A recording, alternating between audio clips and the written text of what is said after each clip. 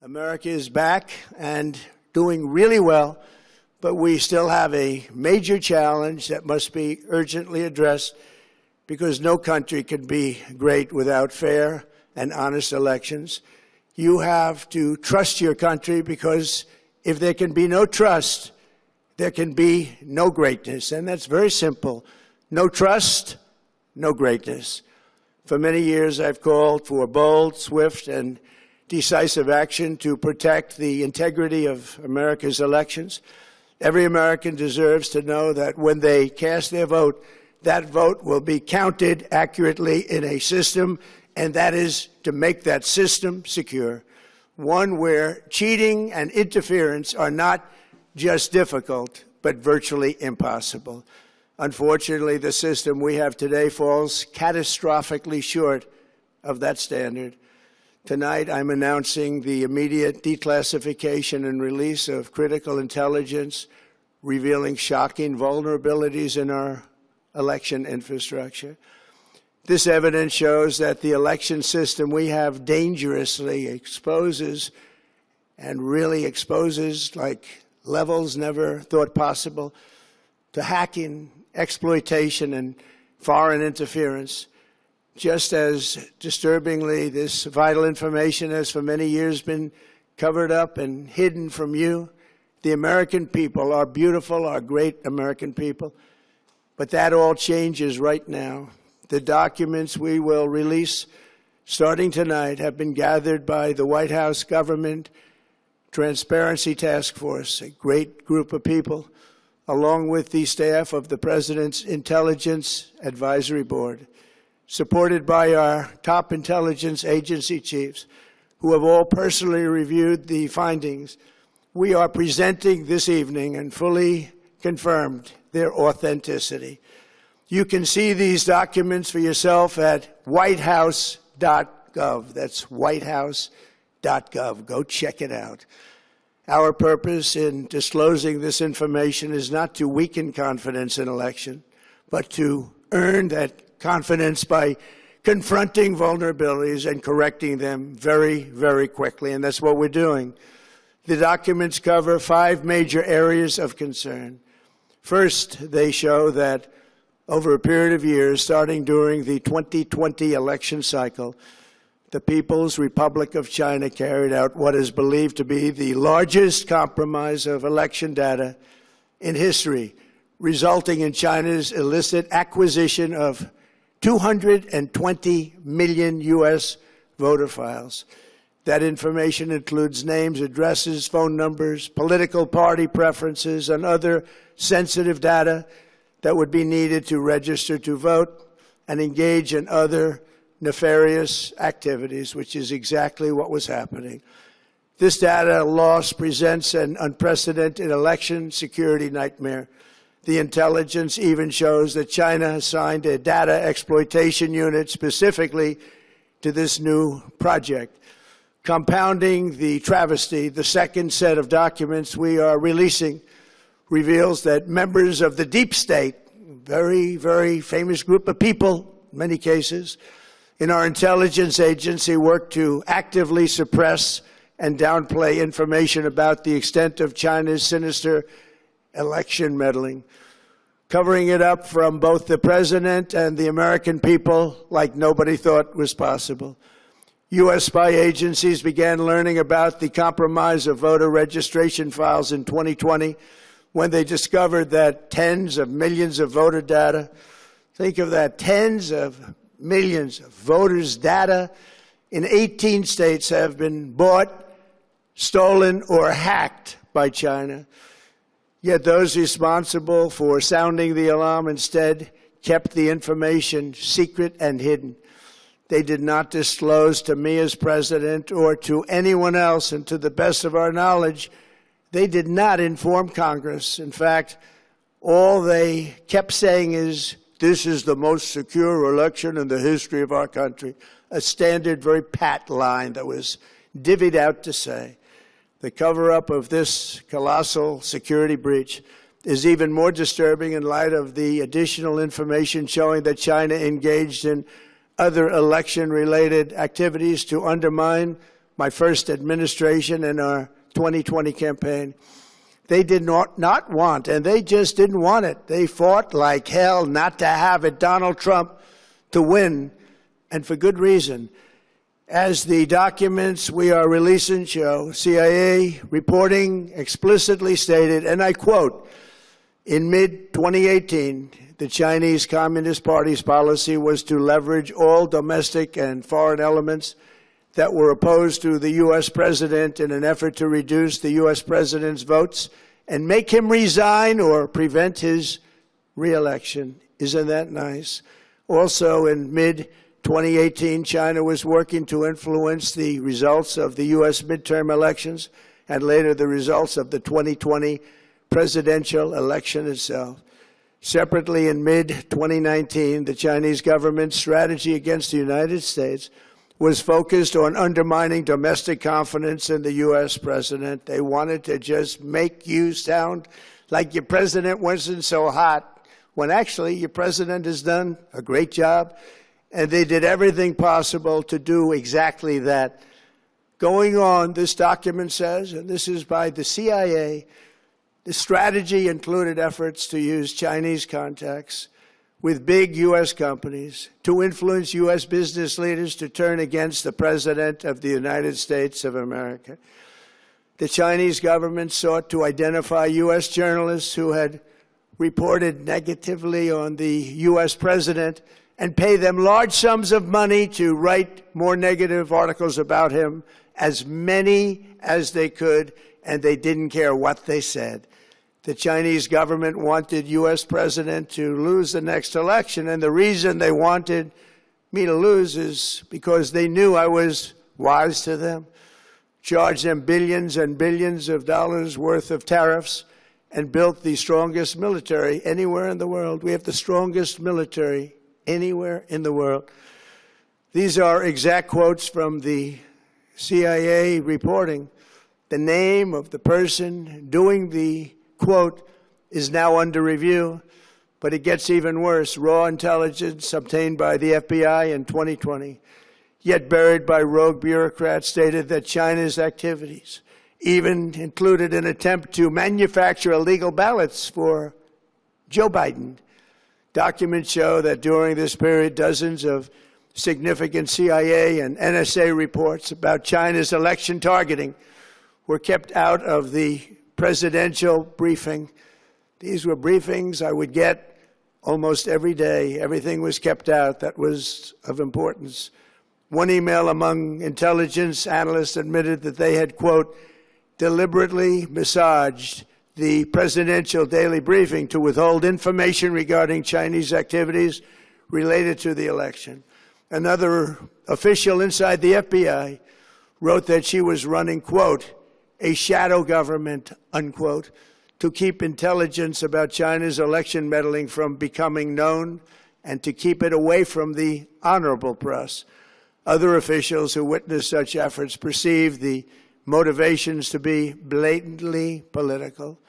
Recently, we found significant numbers of burn bags in formation, and this is a group of bags that were used to destroy information given by President Barack Hussein Obama to be burned. It was supposed to be burned. These bags were supposed to be at a different level by different people, incinerated and checked, but it never happened. Maybe we got lucky. We believe this was not done on purpose, but rather through gross incompetence of the people that were supposed to burn the bags. But the findings are stunning. Today, I'm asking the Office of the Director of National Intelligence, the Department of Justice, the FBI, and the CIA to investigate how and why such crucial information was hidden, to fire those involved in the cover-up, and to file criminal charges, if appropriate, against these people. Yet concealing China's meddling was only the beginning. The third set of documents we are releasing proves that for many years, Americans were blatantly lied to about the security of our election infrastructure, including electronic voting machines and ballot counting systems, dishonest, almost all. They're vulnerable and they're easily compromised, and people within our government knew that. Tonight we're publishing a series of previously classified U.S. intelligence community assessments and other reports proving that our government has long known these machines are extremely exposed to attack. As one assessment states, we judge that the United States adversaries, including at a minimum Russia, China, Iran, North Korea, as well as non-state groups, have the capability to compromise U.S. election infrastructure. That's unquote, but that's some statement, isn't it? Made by supposedly great patriots of our country. The document goes on to further state that, quote, we assess that centralized election-related data repositories, such as voter registration databases, poll books, and other official election websites, are most vulnerable to exploitation, and adversaries could use this access to these systems to disrupt election processes within the United States of America. Tonight we're releasing all of those findings, and spanning from January 2020 to June 2026. This is a cyber threat aimed at the very heart of our democracy.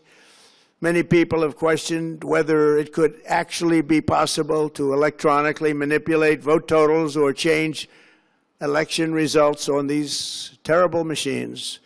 Today we are releasing documents that show the CIA obtained reporting of a specific plot to do a big number in favor of the corrupt Maduro regime in Venezuela, and that's exactly what happened, conspiring to digitally rig their own country's elections in 2020, and that's what they did. This reporting included precise details about methods to regime develop to digitally alter vote totals in ways that could not be detected even with an audit, no matter how deep they went. This intelligence underscores why we must take urgent action to ensure that our own system can never, ever be hacked or compromised like it was in the past. The fourth set of documents reveals that even when significant evidence of fraud has been detected, it has been buried and covered up.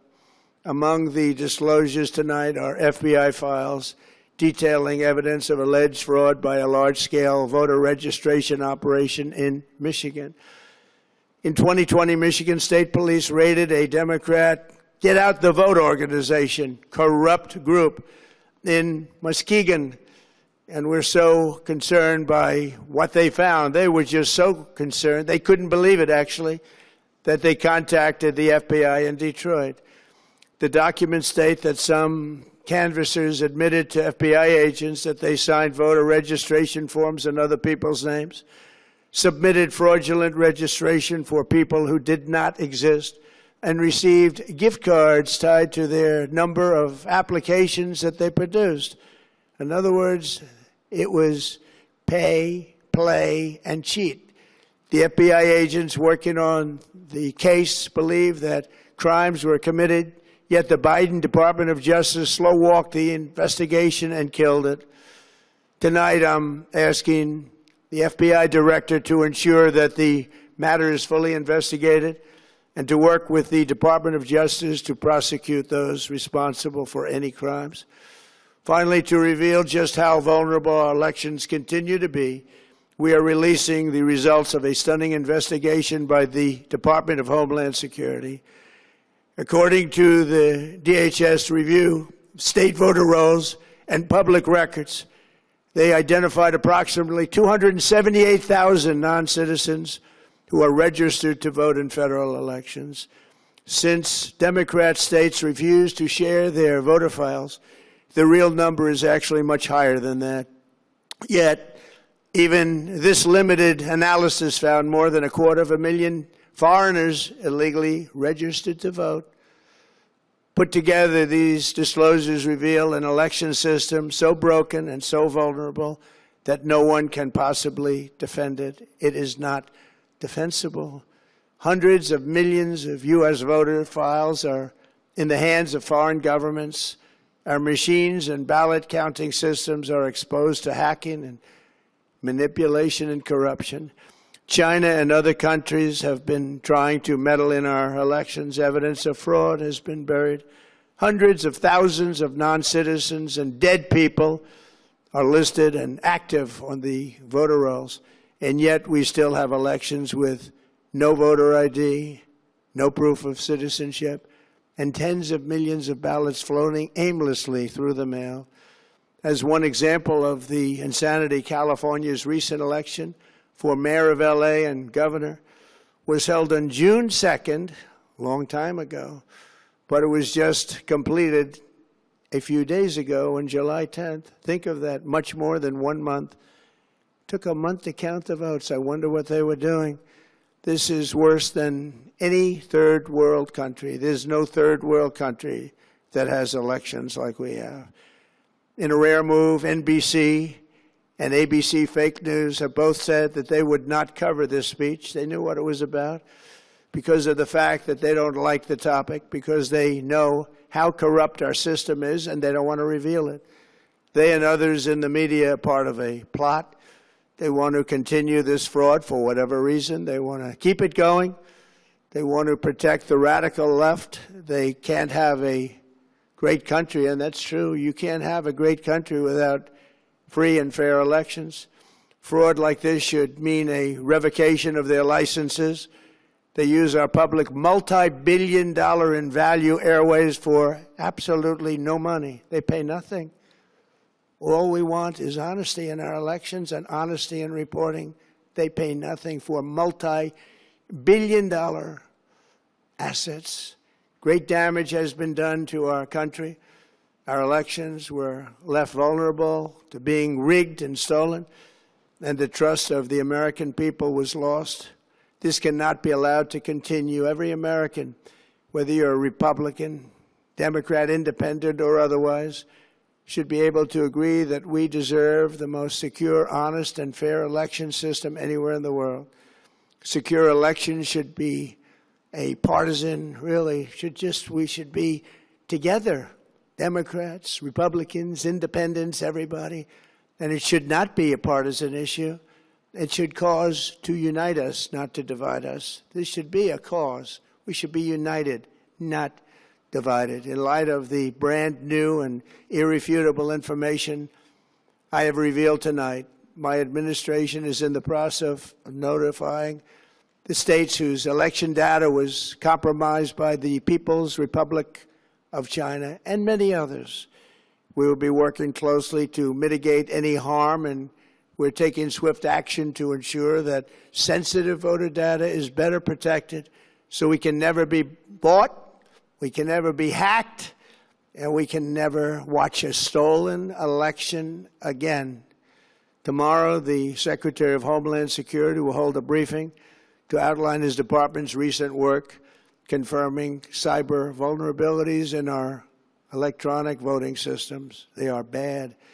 We're in the process of informing governors, senators, and members of Congress of potential issues in their states.